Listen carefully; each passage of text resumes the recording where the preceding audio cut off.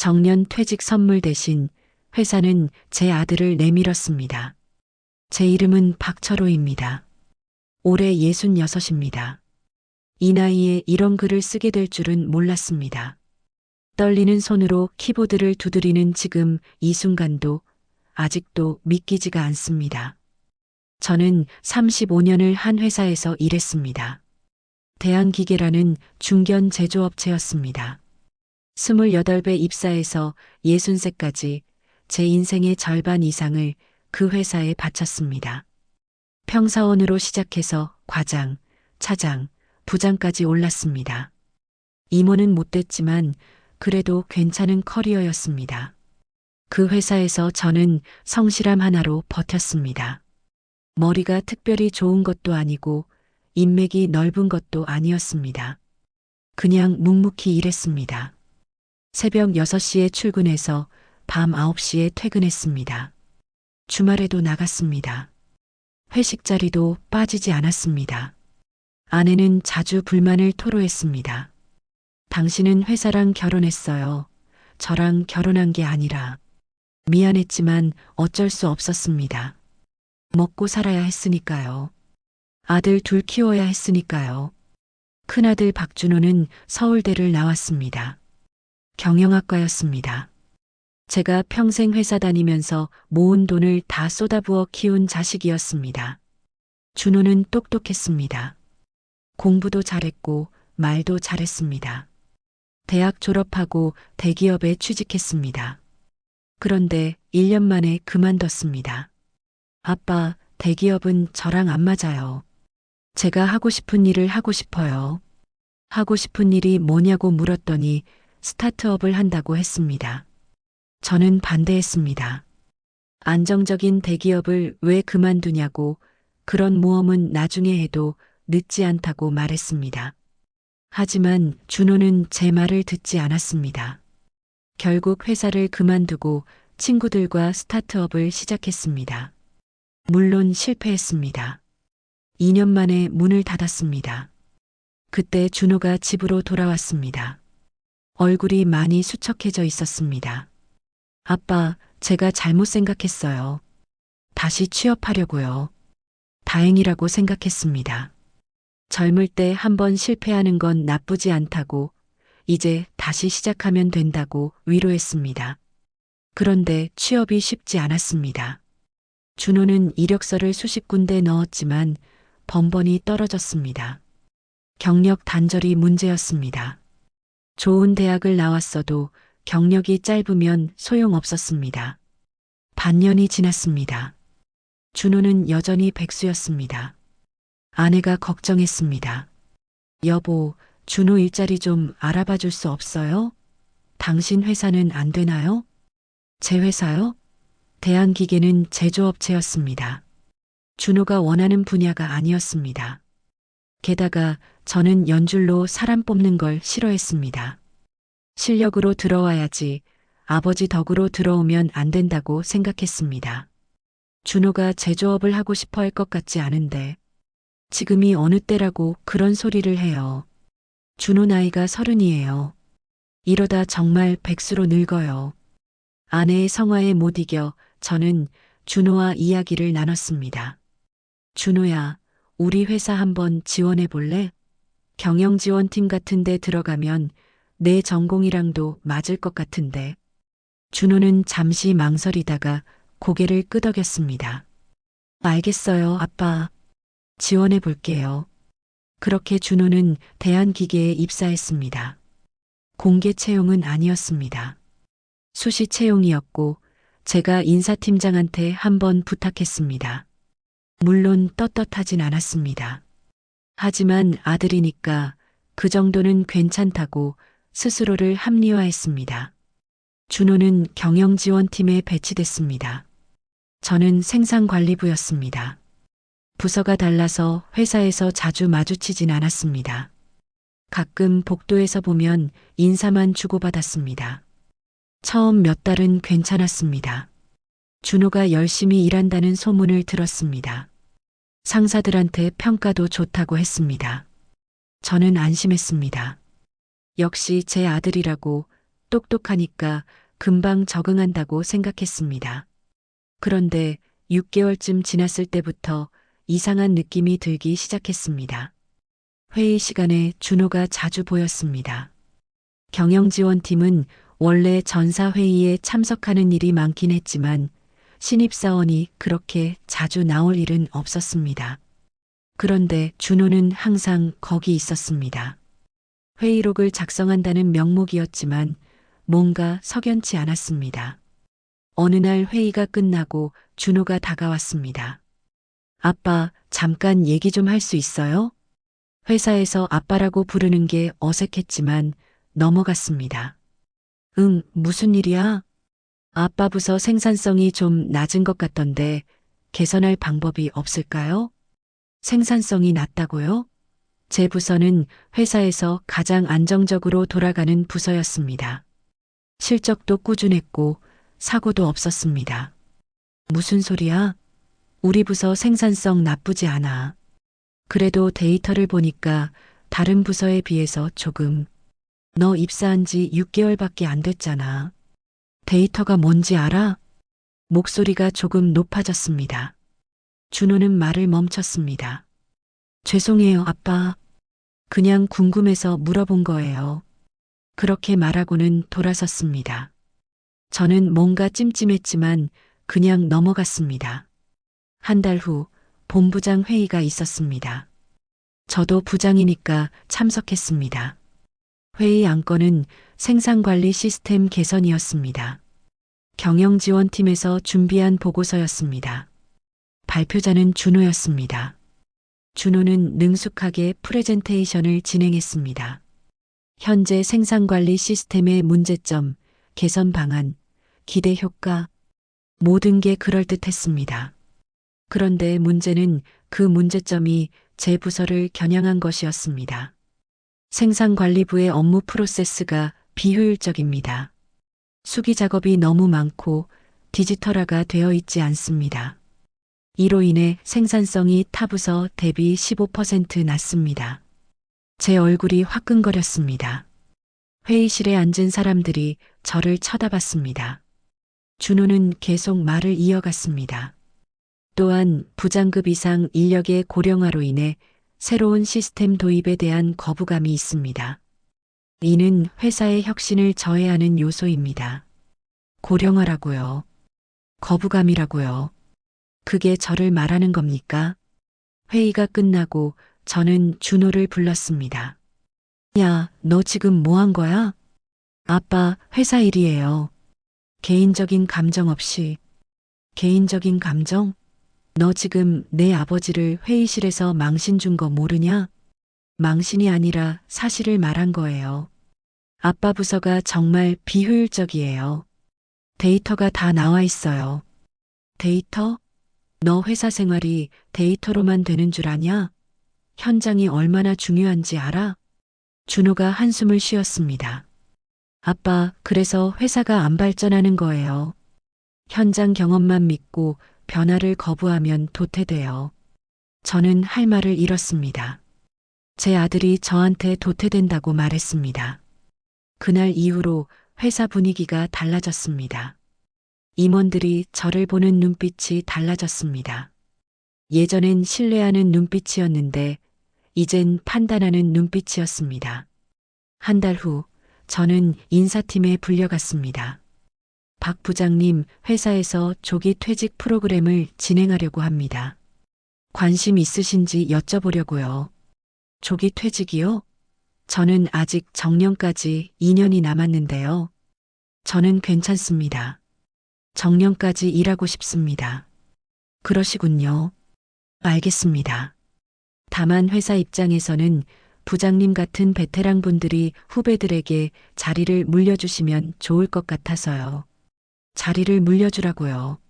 제가 방해가 된다는 말입니까? 생각해 보겠습니다. 그렇게 대답하고 나왔습니다. 복도에서 준호를 마주쳤습니다. 준호는 어색하게 웃었습니다. 아빠, 오늘 저녁 같이 먹을래요? 저는 고개를 저었습니다. 바빠. 먼저 가. 집에 돌아와서도 마음이 무거웠습니다. 아내한테 말할까 하다가 그만뒀습니다. 걱정만 시킬 것 같았습니다. 다음 주 또 회의가 있었습니다. 이번엔 조직 구조 개편이었습니다. 또 준호가 발표했습니다. 생산관리부와 품질관리부를 통합하여 생산혁신본부로 개편하는 것을 제안합니다. 이를 통해 중복 업무를 제거하고 효율성을 높일 수 있습니다. 통합이라고요. 그럼 부장 자리는 하나만 남는다는 말입니까? 그리고 본부장은 젊고 혁신적인 사고를 가진 인재로 선임하는 것이 좋겠습니다. 젊고 혁신적인 사고. 저는 늙고 보수적이라는 뜻이겠죠. 회의가 끝난 후 사장이 저를 불렀습니다. 박 부장, 조기 퇴직 제안 다시 생각해 봤나? 아직 결정하지 못했습니다. 솔직히 말하지. 자네 아들 박준호 대리 말이야. 얘가 참 똑똑하더군. 요즘 젊은 친구들이 이런 인재가 필요한 거야. 제 아들 칭찬을 듣는데 기분이 좋지 않았습니다. 근데 말이야, 아버지가 회사에 있으면 아들이 일하기 힘들지 않겠어? 눈치도 보이고, 자네가 먼저 나가주면 준호 대리가 더 자유롭게 일할 수 있을 거야. 그 말을 듣는 순간 머리가 멍해졌습니다. 제가 준호 때문에 나가야 한다는 말입니까? 사장님, 그게 무슨... 오해하지 마. 나쁜 뜻이 아니야. 자네도 이제 쉴 때 됐잖아. 35년 고생했으면 됐어. 조기 퇴직금도 두둑하게 챙겨줄게. 그리고 준호 대리는 우리가 잘 키울게. 저를 내보내고 제 아들을 키우겠다고요. 생각해 볼게요. 사무실로 돌아왔습니다. 책상에 앉아 멍하니 있었습니다. 35년. 제 인생의 절반. 이게 끝입니까? 저녁에 준호한테 전화가 왔습니다. 아빠, 오늘 회의 어땠어요? 너 지금 뭐 하는 거냐? 무슨 말씀이세요? 너 때문에 내가 회사에서 쫓겨나게 생겼어. 준호가 잠시 침묵하더니 이렇게 말했습니다. 아빠, 그건 아빠가 변화를 거부해서 그런 거예요. 저 때문이 아니에요. 뭐? 아빠는 계속 옛날 방식만 고집하잖아요. 회사는 변해야 해요. 저는 회사를 위해 일하는 거예요. 회사를 위해 내 아버지를 짓밟으면서 짓밟는 게 아니라 사실을 말하는 거예요. 아빠, 이제 물러날 때가 됐어요. 물러날 때가 됐다고요. 제 아들이 저한테 물러나라고 말합니다. 너 지금 정신이 있냐? 내가 그 회사에 어떻게 들어갔는지 까먹었어? 알아요. 아빠가 넣어주셨죠. 그래서 더 열심히 일하는 거예요. 제 실력으로 증명하려고요. 실력? 내 아버지 깎아내리는 게 실력이야? 아빠를 깎아내린 게 아니라 회사의 문제점을 지적한 거예요. 그게 저의 일이에요. 저는 전화를 끊어버렸습니다. 그날 밤 잠을 이룰 수가 없었습니다. 아내가 물었습니다. 여보, 무슨 일 있어요? 아니, 아무것도. 준호랑 싸웠어요? 어떻게 알았을까요? 저는 한참을 망설이다가 모든 걸 털어놨습니다. 회의 내용, 사장의 제안, 준호와의 통화. 아내는 놀란 표정이었습니다. 그게 정말이에요? 준호가 그렇게까지? 응. 우리 아들이 날 회사에서 쫓아내고 있어. 아내가 눈물을 글썽였습니다. 그럼 어떡해요? 당신이 정년까지 2년 남았는데. 모르겠어. 나가야 할 것 같아. 왜요? 당신 잘못 없잖아요. 있어. 내가 준호를 그 회사에 넣어준 게 잘못이야.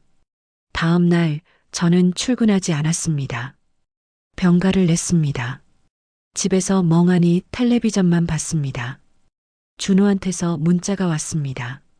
아빠, 괜찮으세요? 회사에 안 나오셨다고 들었어요. 답장하지 않았습니다. 또 문자가 왔습니다.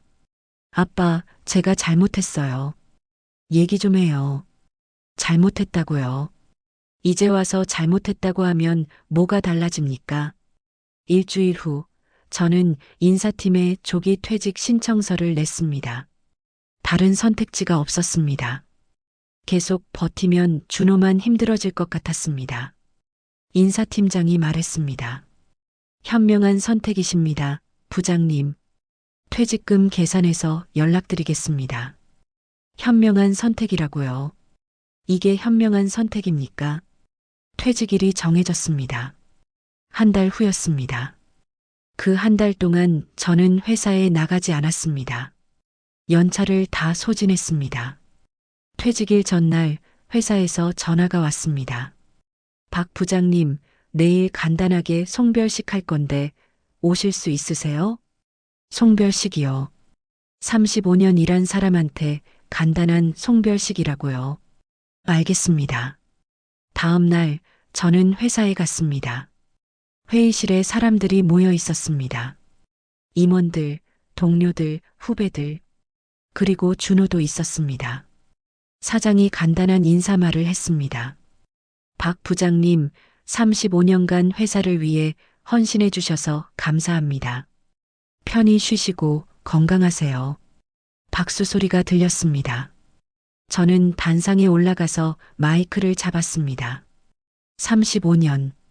참 긴 시간이었습니다. 목소리가 떨렸습니다. 이 회사에 제 인생을 바쳤습니다. 청춘도 중년도 모두 이 회사에서 보냈습니다. 사람들이 조용히 들었습니다. 하지만 이제 저는 필요 없는 사람이 됐습니다. 늙고 비효율적이고 변화를 거부하는 사람이 됐습니다. 분위기가 어색해졌습니다. 제가 언제 변화를 거부했습니까? 저는 그저 제가 해온 방식대로 일했을 뿐입니다. 그게 잘못입니까? 사장이 난처한 표정을 지었습니다. 하지만 시대가 변했다고 하더군요. 이제는 데이터가 중요하고 젊은 인재가 필요하다고 하더군요. 저는 준호를 쳐다봤습니다. 제 아들도 그렇게 말했습니다. 아버지는 이제 물러날 때가 됐다고. 회의실이 조용해졌습니다. 사람들이 준호를 쳐다봤습니다. 제가 그 아들을 이 회사에 넣어줬습니다. 제 인맥으로, 제 얼굴로. 그런데 그 아들이 저를 회사에서 쫓아냈습니다. 준호가 고개를 숙였습니다. 여러분, 자식을 믿지 마십시오. 자식에게 베풀지 마십시오. 언젠가 그 자식이 여러분을 배신할 겁니다. 저는 마이크를 내려놓고 회의실을 나왔습니다. 아무도 저를 막지 않았습니다. 복도를 걷는데 준호가 뛰어왔습니다. 아빠, 아빠. 저는 멈추지 않았습니다. 아빠, 제발 오해 풀어요. 저는 아빠를 쫓아낸 게 아니에요. 그럼 뭐냐? 내가 회의 때마다 날 공격한 게 뭐야? 사장한테 내가 늙었다고 말한 게 뭐야? 저는 그냥 회사를 위해 내 출세를 위해서지. 준호가 말을 멈췄습니다. 인정해. 너 내 자리 탐냈지? 내가 나가야 내가 올라갈 수 있으니까. 아빠, 이제 됐어. 내가 원하는 대로 됐잖아.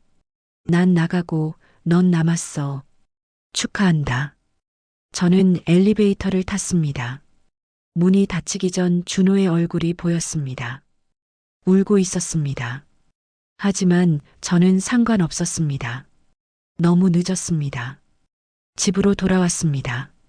아내가 물었습니다. 송별식 어땠어요? 별로. 준호는? 만났어. 하지만 할 말 없더라. 아내가 한숨을 쉬었습니다. 여보, 그래도 준호가 우리 아들인데. 아들? 그 아들이 날 회사에서 쫓아냈는데? 준호도 회사에서 살아남으려고 그랬을 거예요. 나도 살아남으려고 했어. 근데 내 아들이 날 죽였어. 저는 방으로 들어가 문을 닫았습니다. 일주일 후 퇴직금이 입금됐습니다. 2억 원이었습니다. 35년 치고는 많지 않은 금액이었습니다. 저는 통장을 보며 생각했습니다. 이게 제 인생의 가격입니까? 2억 원. 준호한테서 계속 전화가 왔습니다. 받지 않았습니다. 문자도 왔습니다. 읽지 않았습니다. 한 달 후 준호가 집에 찾아왔습니다. 아내가 문을 열어줬나 봅니다. 아빠, 얘기 좀 해요. 저는 텔레비전만 봤습니다. 아빠, 제발요. 오해예요. 오해? 뭐가 오해야? 저는 아빠를 쫓아내려고 한 게 아니에요. 그냥 회사 일을 열심히 한 거예요. 그래, 내 말대로 하자. 넌 열심히 일했어. 그 결과로 내 아버지가 회사에서 쫓겨났고, 아빠, 됐어. 이제 그만해. 난 내가 싫어. 내 얼굴 보기 싫어. 준호가 얼어붙었습니다. 아빠가 뭐라고 하셔도 저는 잘못한 게 없어요. 저는 제 일을 했을 뿐이에요. 그래, 내일, 내 출세. 그게 중요하지. 아버지 따위는 상관없지. 아빠는 왜 이해를 안 해주세요? 저도 힘들었어요. 내가 힘들어? 내가 더 힘들었어. 내 아들한테 배신당한 게 얼마나 힘든지 알아? 준호가 소리쳤습니다. 배신이 아니에요. 저는 그냥 제 인생을 산 거예요. 내 인생을 살려고 내 인생을 망쳤구나. 준호가 입을 다물었습니다.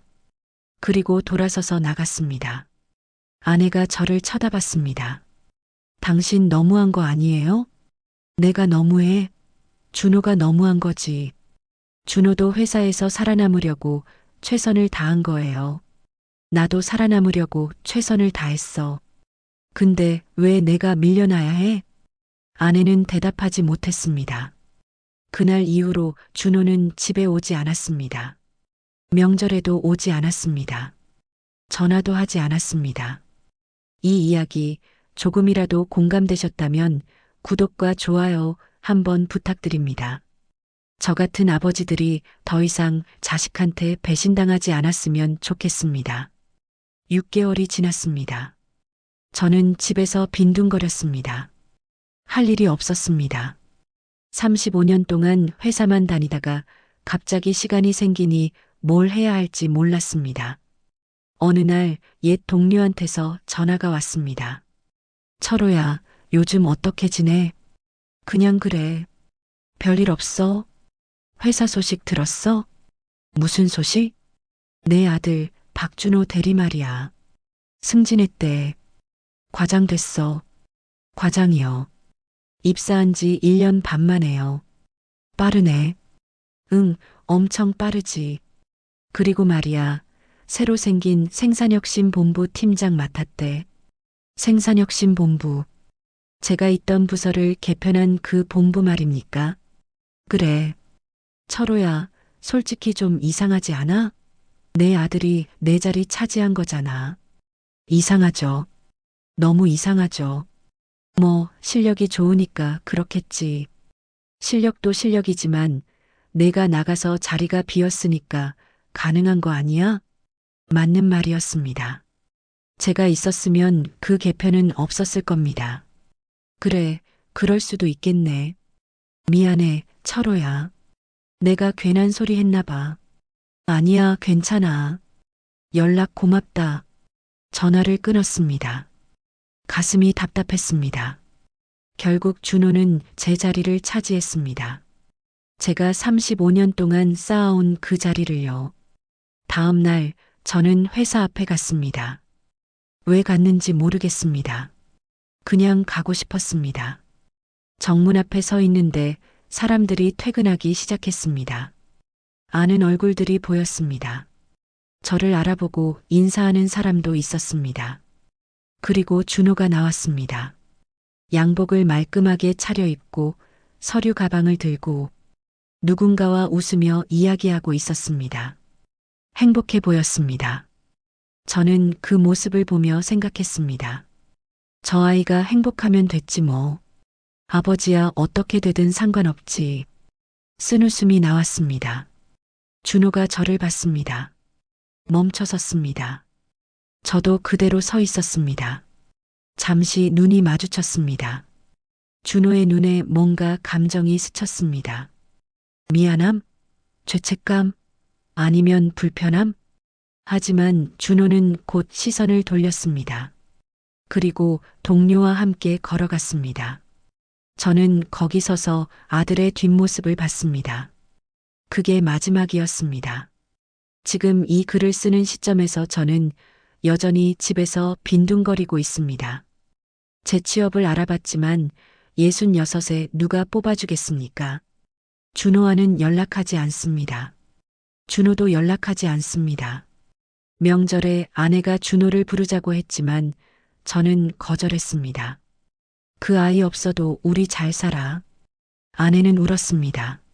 하지만 저는 마음을 바꾸지 않았습니다. 준호는 이제 저 없이도 잘 살 겁니다. 회사에서 승승장구하겠죠. 제 자리를 딛고 올라서서요. 저는 준호를 용서할 수 없습니다. 제가 준호를 회사에 넣어줬습니다. 제 얼굴로, 제 인맥으로. 그리고 준호는 저를 회사에서 몰아냈습니다. 제 약점을 공격하고, 제 방식을 비판하고, 제 나이를 문제 삼았습니다. 그게 회사 일이라고 합니다. 개인적인 감정이 없다고 합니다. 하지만 저는 압니다. 준호가 제 자리를 원했다는 걸, 제가 없어야 준호가 올라갈 수 있다는 걸, 결국 준호는 성공했습니다. 저를 밀어내고 제 자리를 차지했습니다. 이제 저는 무엇입니까? 은퇴한 노인입니다. 아무것도 아닙니다. 35년 일한 회사는 저를 간단한 송별식으로 보냈습니다. 2억 원으로 제 인생을 정산했습니다. 그리고 제 아들은 제 자리에서 일하고 있습니다. 이게 공평합니까? 어떤 사람들은 말합니다. 그게 세상이라고, 약육강식이라고, 아들이 아버지를 넘어서는 게 당연하다고. 하지만 저는 동의할 수 없습니다. 넘어서는 것과 밀어내는 것은 다릅니다. 준호는 저를 넘어선 게 아닙니다. 밀어낸 겁니다. 그리고 그건 용서받을 수 없습니다. 마지막으로 이 글을 읽는 분들께 말씀드립니다. 자식을 너무 믿지 마십시오. 자식에게 너무 많이 베풀지 마십시오. 언젠가 그 자식이 당신의 자리를 노릴 겁니다. 그리고 당신을 밀어낼 겁니다. 저처럼 당하지 마십시오. 저는 정년 퇴직 선물 대신 배신을 받았습니다. 제 아들한테서요.